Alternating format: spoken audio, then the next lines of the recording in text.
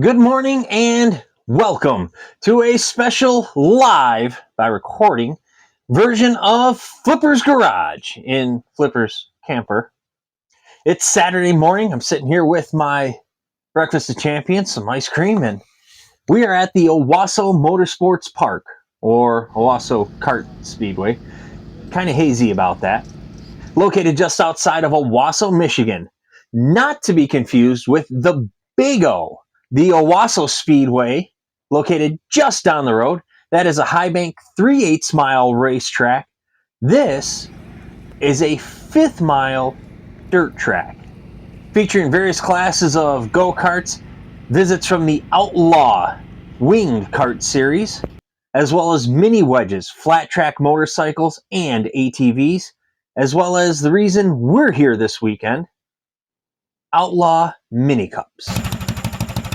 With the late model on hold, this is actually how I spent my summer, and up until a few weeks ago when some personal stuff happened, actually was leading the points with the Outlaw Mini Cups. Now, unfortunately, I missed a couple races and fallen back, and I'm sitting about 5th or 6th in points, really no place to go forward or backwards, so we're just going to focus on having fun this weekend. And really, that's kind of what mini cups are. They are just an absolute blast. Let me show you the cars. So this is the little half-scale mini cup car that I've been playing around with all summer instead of the late model. There's the infamous Bob you hear me talk about all the time. These things are absolutely cool as hell. Fully adjustable uppers, lowers. It's got coilover, spring, suspension, all that stuff. These little covers here keep all the dirt out. We're racing on a dirt track, obviously. In the back,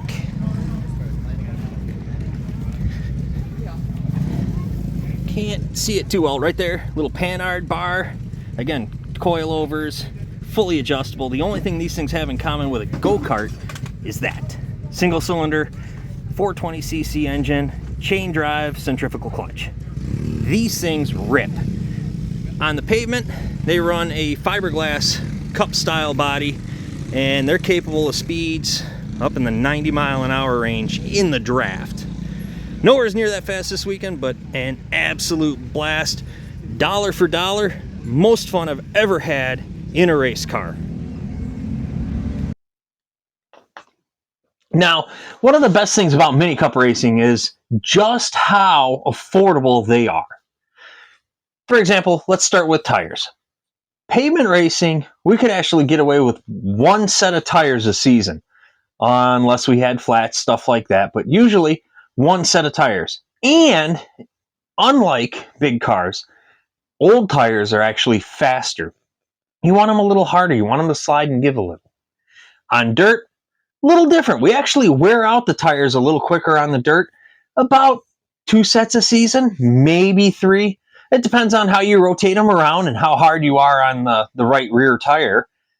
I'm a little harder than most and burn through them quicker, but thankfully I've had a big pile of used tires to go through, haven't had to buy a single new tire all season long. On top of that, parts. The most common thing you will bend or break or have issues with are these little tiny $17, $20 turnbuckles or Heim joints.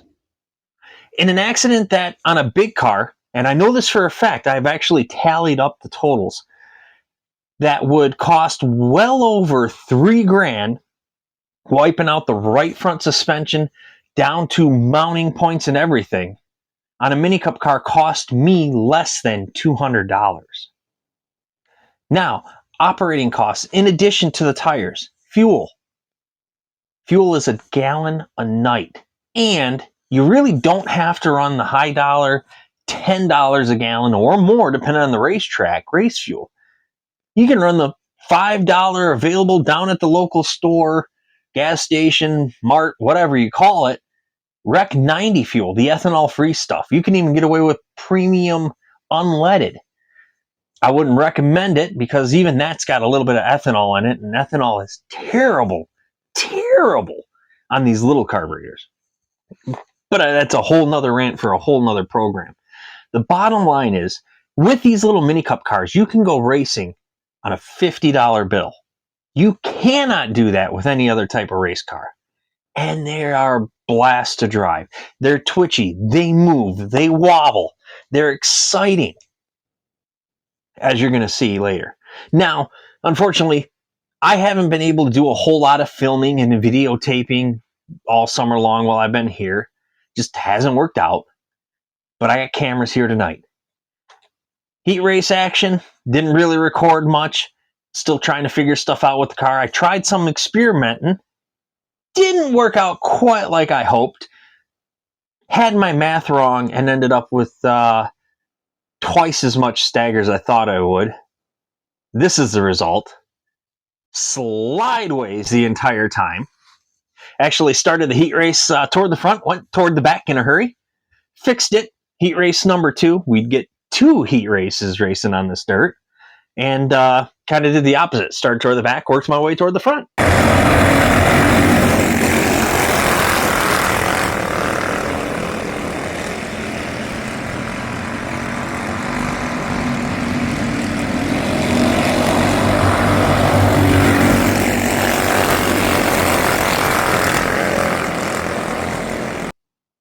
So that's good. The way they figure the lineups, they don't do qualifying. They go by these heat races. They're a random draw. Heat race number 1, you do whatever the draw is. And where you finish, you get X amount of points. Heat race number 2, they take the starting order from the first heat race, flip-flop it. That's heat race number 2's lineup. And again, you get X amount of points based on where you finish. Then they take those points totals, your average finishes between those 2 heat races, and that's how they figure out your lineup for the feature event. Got a piece of raisin caught in the back of my throat. It's really good ice cream, though. Anyways.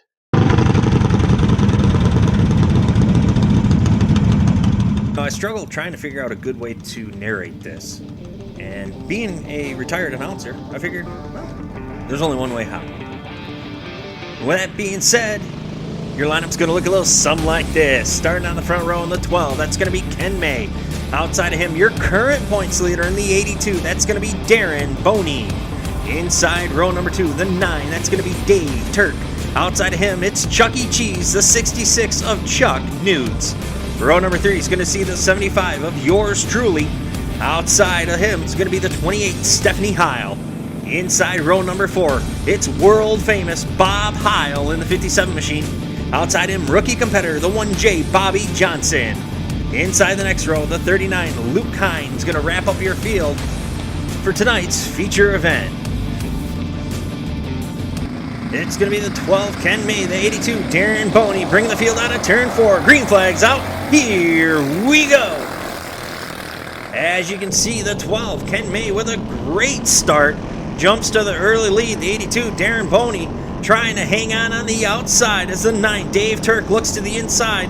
I drop to the inside of the 66 machine, but look out, the 12, Ken May, gets high, loses it out of turn 4. Caution flag out. But you can see on the replay, May just gets a little too high coming out of turn 4, loops it around in front of the field, able to hold it down on the infield, lets everybody get by without incident. That's going to bring out the caution flag to complete lap number 1.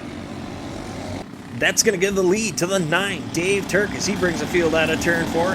66, Chuck Newts up to the 2nd spot. Darren Bone running 3rd in the 82 machine. That's going to move me up into the 4th spot.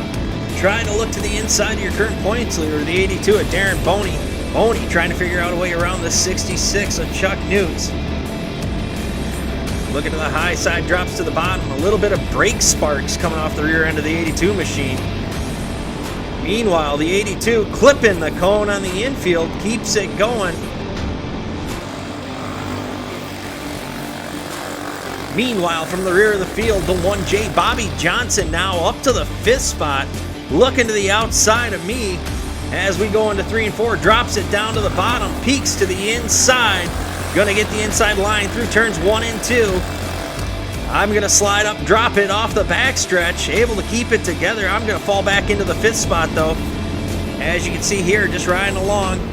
Johnson now to the inside. We're side by side. Drifted off the backstretch right there just a little bit. That's all it takes. Lets the 1J of Bobby Johnson by. He's going to now try to put a little pressure on the 82 machine, Darren Boney. As the 66, Chuck Newts looking to the inside of your race leader, the 9 of Dave Turk. Newts drops it down to the bottom. They're just about side by side, coming out of 4 down the front stretch. Newts to the inside, looking sideways. Look out! Newts loops it around on the backstretch. A little bit of contact between him and I as a caution flag comes out. Riding along, you can see the 66 of Newts just starting to step out, snaps back around, takes out the cone. Little bit of contact. I'm able to keep rolling, and the caution flag's going to fly.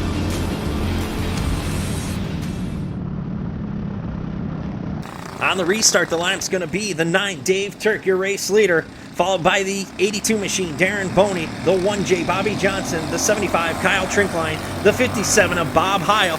As they're going to come out of turn 4, we're back at it. The 1J, Bobby Johnson, trying to figure out a way around the 82. Darren Boney looks to the inside. Now we're going to peek to the outside, a little bit of contact with them as they go down the backstretch. Johnson once again looking to the outside. Look out!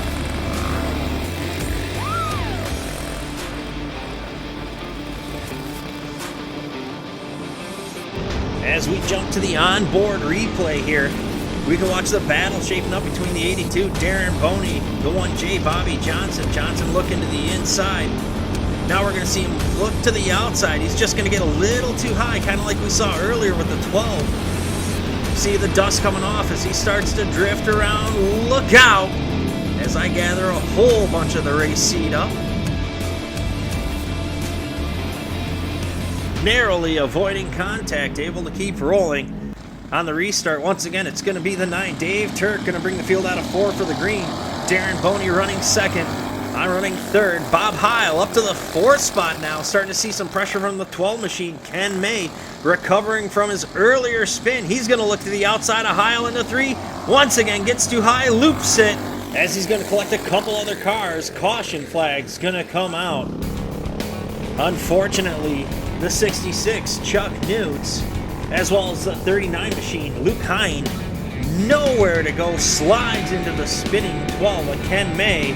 The umpire says safe on the slide, but unfortunately the 39, Luke Hine, not able to continue after that one. Well, as you can see, the 66, Chuck E. Cheese, Chuck Newts, the 39, Luke Hine, both stopped bottom of turn 4.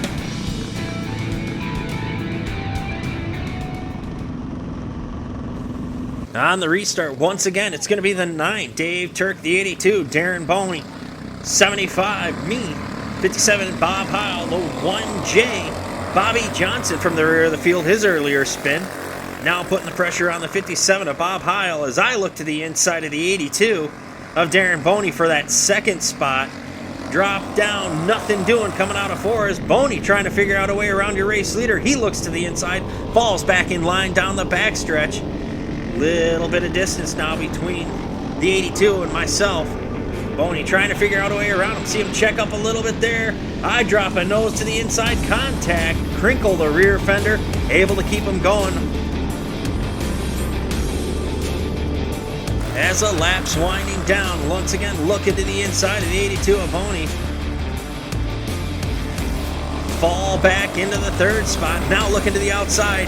As the 57 of Bob Heil now has the 1J, Bobby Johnson to the inside for 4th. Johnson falls back in line behind Heil. 3-car breakaway, then it's your 4th and 5th spot. Then in 6th, the 28 machine of Stephanie Heil.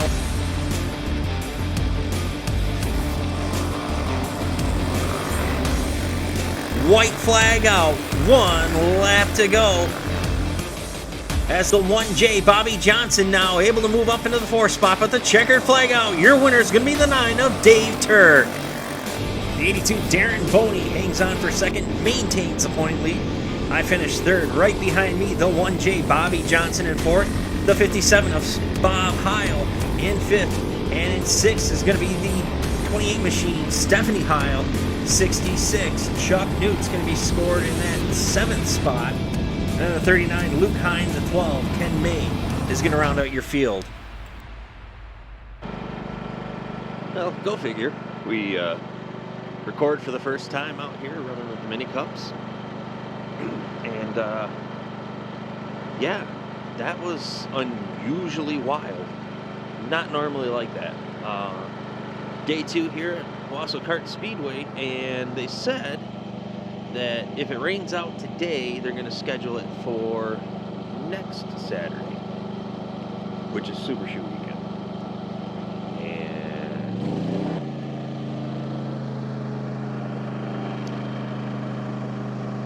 well, this is fine. It's supposed to clear up, so here's hoping get it in tonight. Finish out the season here with the mini cup cars, and then yeah, back to the late model. Yeah, they got the heavy equipment out, trying to work the track in, and in the process, it started raining again. Now tell me this couldn't be a really fun race. These two not racing in the mud.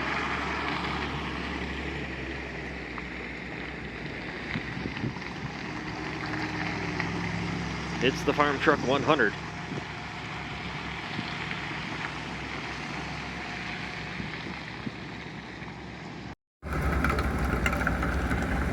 They even got the Bobcat out here trying to work this track in. I know a lot of full-size racetracks that don't even put this kind of effort and equipment into it. Absolutely awesome place to race. They're getting it worked in actually pretty nicely. I think we're gonna get this in.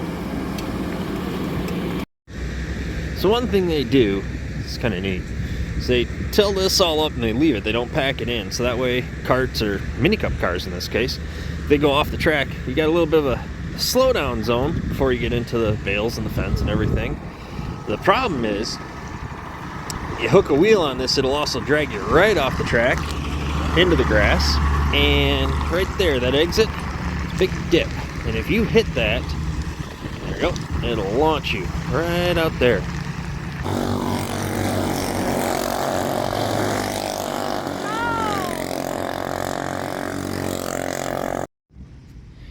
I'll be after a few hours of rain. I think guys put in quite a bit of work on this track prep. This thing is gonna be beautiful tonight. Should be really tacky. Features only tonight. Season championships, so double points.